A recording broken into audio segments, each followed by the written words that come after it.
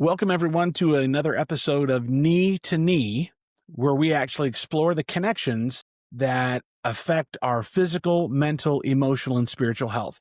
Today, I'm super excited. Of course, I always say I'm excited. We have always amazing guests. And today we've got Julie De Jesus with us. And I put together an introduction for her, but last minute, she knows this. I said, I'm going to let her introduce herself this time. So, Julie, tell us a little bit about yourself and what you do. Well, this is exciting. I usually get introduced when I speak, so I can just say whatever I want. I Exactly. love airheads. No, I do You love love airheads, airheads. but That's good to know. they never say that on stage. They never say those things, which are more interesting, I think. No, thank you. Thanks for having me on. This is a big deal. I'm excited to be here. I love what you're doing and I love the mission of it. And it's so in line with everything I believe based on my own life experience and what research has shown. So I really how I got my start and what I do to give some context is that my mental health fell apart when I was 21 years old under some really toxic leadership at work. And I did not have the tools to come out of that unscathed. I literally walked into a work bathroom stall and had my first panic attack, and it did not stop there. And my mental health really started with anxiety, but really spiraled into a really deep depression. And there was a different employment leader that stepped into this situation and saw me in a really human, authentic way. And it truly saved my life and it changed the trajectory of my career forever. I started a podcast called ICU, which is still going. We're still constantly interviewing, and we have well over 100 episodes there. Did it for about 2.5 years, took a break, and then we've been doing it again this year. And it's very exciting to come back to the ICU podcast. And I was contracted to write my book, which is called ICU: How Compassion and Connection Save Lives. And then I wrote a children's book called Broccoli Punzel, which it's an ICU message for Broccoli kids. punzel. Awesome. Then uh-huh. A Girl with Extraordinary Hair is the subtitle. So it's a story about to help kids understand how to see other people with compassion and connection. And then I speak and train quite a bit, and I still write and do my podcasting. But most recently, what's exciting, my next venture has been I started my company called ICU Living. So, Okay. and that is a place where we have a women's group, we have events, we have all these different things. When you have affiliate products that are everything we do is rooted in human connection and the importance of that, because without it, as we can see in America today, our mental health is plummeting, and there is so much behind that. And I just am one voice of many, as you are, Yeah. that I just want people to understand how life changing and life saving human connection is for our mental health. Yeah. That is so important. And I think you're right. There's lots of, the world is in a pretty chaotic place right now. And I think it's really important to have voices like yours and other podcasts like we do Knee to Knee and others that actually share some good insights and some good stories, as well as those things that can actually help us on a day-to-day basis. So Brave. tell us a little bit about, you mentioned in some of the research that I did, they talk about how authentic human connection can improve employee engagement, retention, health. From your point of view, how does all that work when you get into that authentic human connection? Holy cow. Well, from my personal experience, I briefly went over my experience where I had a leader step in Yeah. and help me. What I mean by that is I'd like to say like she stepped in and it was just easy from there. No, she stepped It would be in, she nice if changed my those were, work.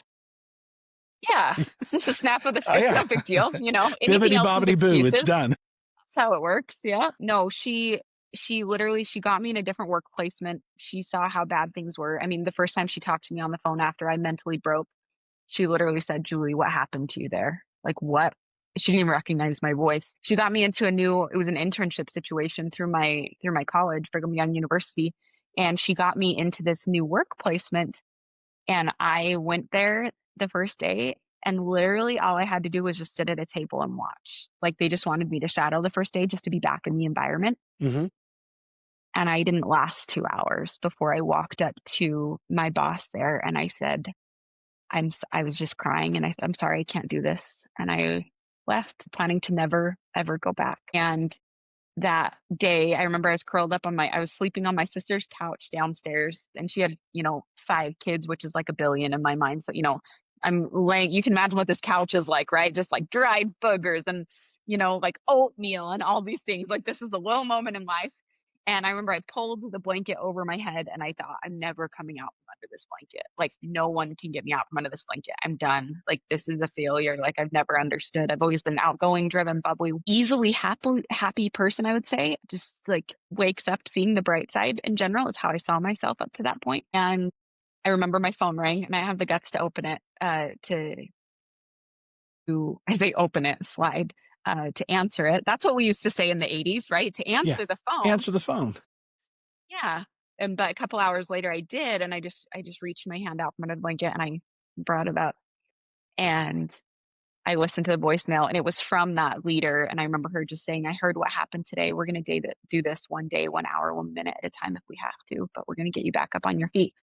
And so when you ask Wow. about what does this look like in leadership, I have the lived experience of I can say that I said I would never get out from under that blanket, and I meant it, and that next morning I was up, I was putting on my mascara in the mirror because I was like, "Well, even though my mental health is a disaster, at least I better look good," like, I wanna be pretty, right? Like, I'm like, "This is all we have, let's go," as it's, like, coming down my face, and, I went back to work, and I actually never left early again, Wow. and I remember she came to evaluate me once because, like I said, this was an internship position, it was during my last semester of college. And I remember she came to observe me and do kind of an overview and an evaluation, Hmm. and she sat down with me afterwards, and I feel like I did a terrible job. I'd had to do a presentation, and she had this colored rubric, and I remember she just flipped over the paper and pushed it across the desk to me. She said, You can look at that later." And she just grabbed my hand and said, "How are you doing?" And I fell apart, and I just think those moments, it's not that it was fixed then, I was really struggling still. I mean, I got into counseling, I got on medication, like, I was not in a good place, Right. but to have someone see me in such a human way that, like, nothing else matters right now, even if you don't finish college, like, okay, right now, we need you to want to stay and to be here on this earth, and we need to because you feel like your life's over and that there is no sun, that tomorrow, like, is gonna be like this forever, and that's not truth, but that's what your brain is telling you. So to have someone that I looked up to so much, that I saw as highly accomplished, and she was, a professor at my university, to have Hmm. her just say, like, "This is so low down the priority list compared of how important this right here is." I mean, it changed me forever, and so what I always say when I talk to companies, and I speak often to education administration too, is, "When you see me, I'll follow you." Like, you wanna talk about the impact of having a more authentic human connection with your people and what it does, like, I will work for you for less, like, I will follow you Right. to the because that Right. lady, if she call we still go to lunch, sometimes her name's Carrie. I mean, she could call me up tomorrow, there's nothing I wouldn't do for her. I'll go Hmm. speak for free to any group she wants, I will, right? Like, because she saw me in that moment, like, I'm hers forever. And so you think about the kind of retention and loyalty that builds in employees, and it's phenomenal. It's something that is hard to even, like, I don't know anything that can replace human connection as far as the way that solidifies a relationship and the things people are willing to give up to stay, even if they're offered more money sometimes elsewhere, even if it's a place they'd like to live. I mean, there's research that shows 75% of people say that the most stressful part of their job is the relationship they have with their leader. And so you think about when there's that kind of bond there, all of a sudden it's way more safe to have really open conversations about things that do need fixed. I mean, Carrie, that woman, she came back and gave me other evaluations and she told me things I needed to improve. But man, did I hear it with a different ear of compassion and connection. And I actually wanted to improve. I felt motivated to improve because I knew first and foremost that she saw me as a human. Yeah, and I think, I think so many my mind is spinning right now of so many different instances where I can think of leaders that I've worked with that are along those lines. And those of you that have tuned in to different episodes, there's one particular instance where I share a brief story, and it's actually from my father, who to me to this day just still baffles me when he said it, but he was actually on a business trip in Alaska at the time. And I remember calling him saying, "Hey, Dad, I got a question for you." It was a sales question because he had agreed to be a mentor. And I asked him, "How do you make certain that people feel comfortable, feel connected, that kind of thing when you go into that situation?" Because whether you're sales or leadership or mentor or just a friend, how do you make that deep connection? And he said to me something that changed how I look at things. He said that when he sits down with that person, Carrie did this. At that moment, nothing is more important in your mind and heart than the person directly in front of you. Mm, And yeah. so by that, Carrie did that same thing you're describing. She slid the book away. How are you doing? Because that's what was important at that moment. And I commend her for seeing that and being able to have that conversation. Yeah. Absolutely. Yeah, it's so true. Like, if you don't care about me, this is just a job. Hmm. And that's okay. It's a job. It makes me money, but there's no staying power there. The second there's something else that shows up that's better, there's no reason not to leave.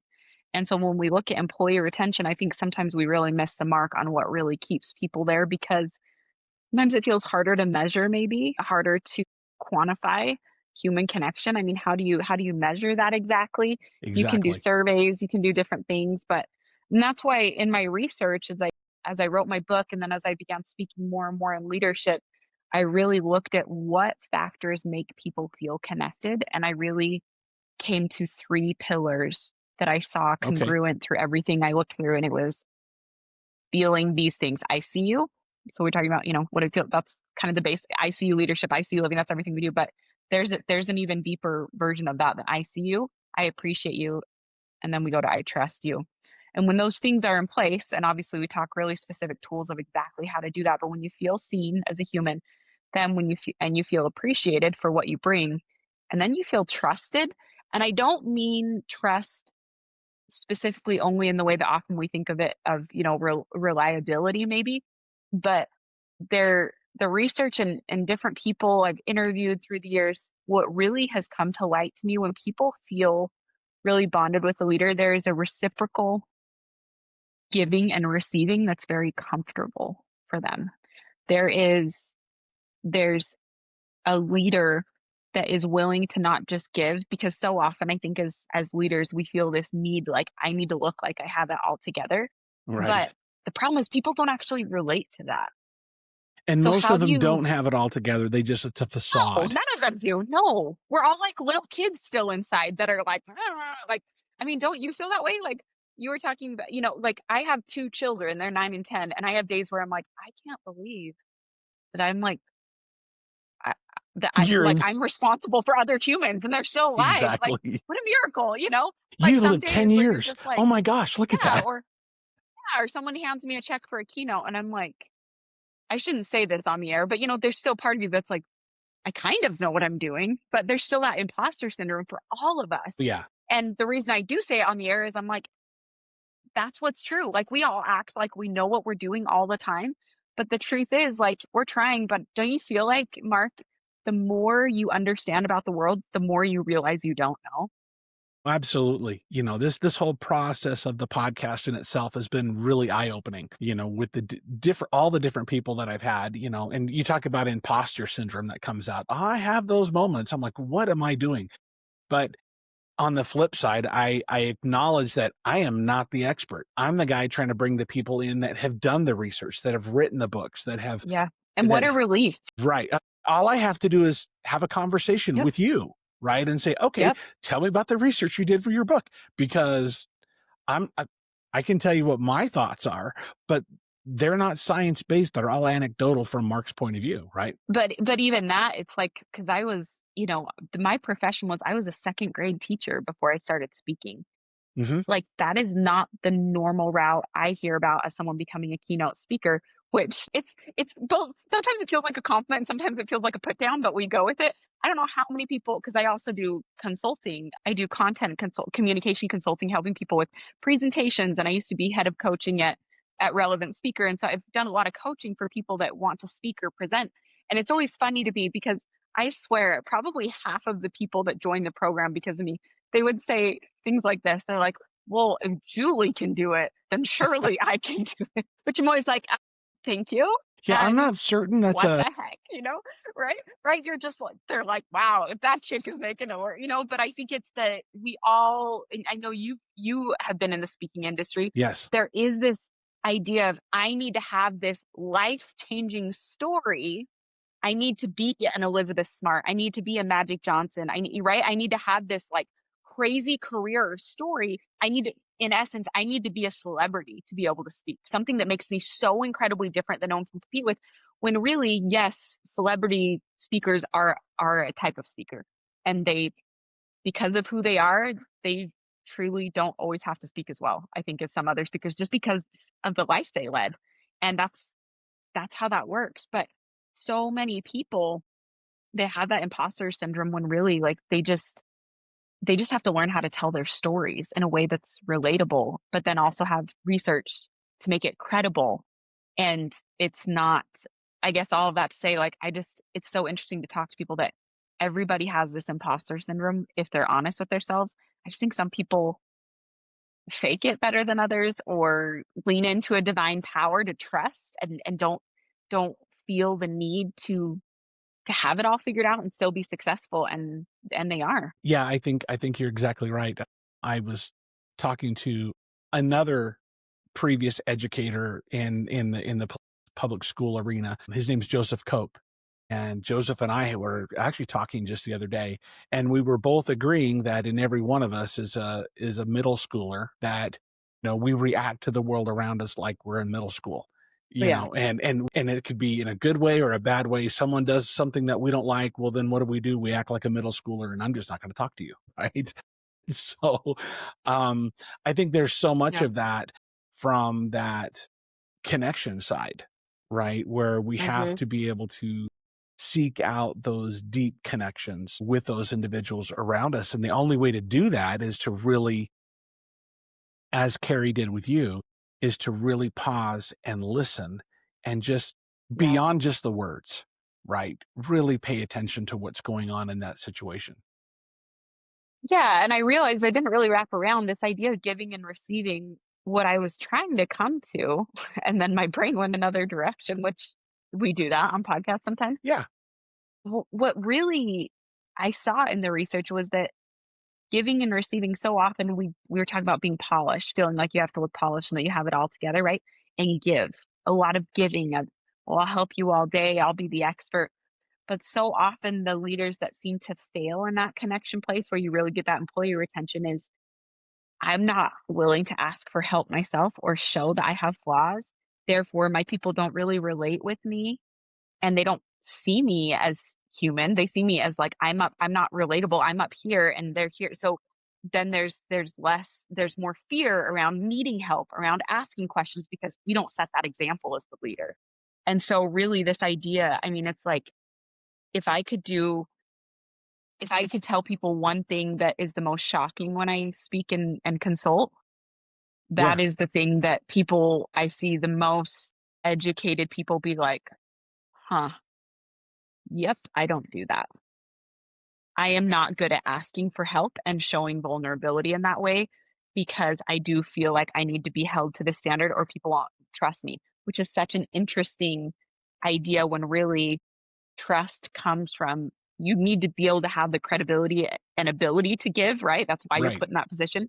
But being willing to receive creates innovation, right? It creates trust, all this stuff that it's kind of like this secret weapon that I feel so many of us struggle to do naturally, I guess. Yeah. Yeah. So what are a couple of practical strategies that someone can use, whether you're a leader or a mentor, whether it's at work or even in the private world? Yeah, What are a couple of practical strategies that someone can take and use to help them with this? I got nothing. No, I'm just kidding. Okay, so I'm like I'm drawing 20 a blank. minutes, I'm capped out. I'm just kidding. I'm like, I can talk in vague ideas, don't ask specifics. No. Hey, couple really practical ones you can do today is when talking to people, use their first name. Okay. There is so much brain science that, like, we just like you said, we're all middle schoolers inside, we're all, like, little kids inside, but we love hearing our name, and our brain lights up like a Christmas tree, and we are just so much more engaged just hearing our first name specifically. So instead Right. of me saying, "Thank you" to you, it's, "Thank you, Mark," right? Eye contact, big one, especially since COVID. These simple things are becoming more of things that we need to teach, and for a lot of us, it's like we grew up doing this, but now, especially this generation, like we have to actually teach, like, you need to make eye contact, right?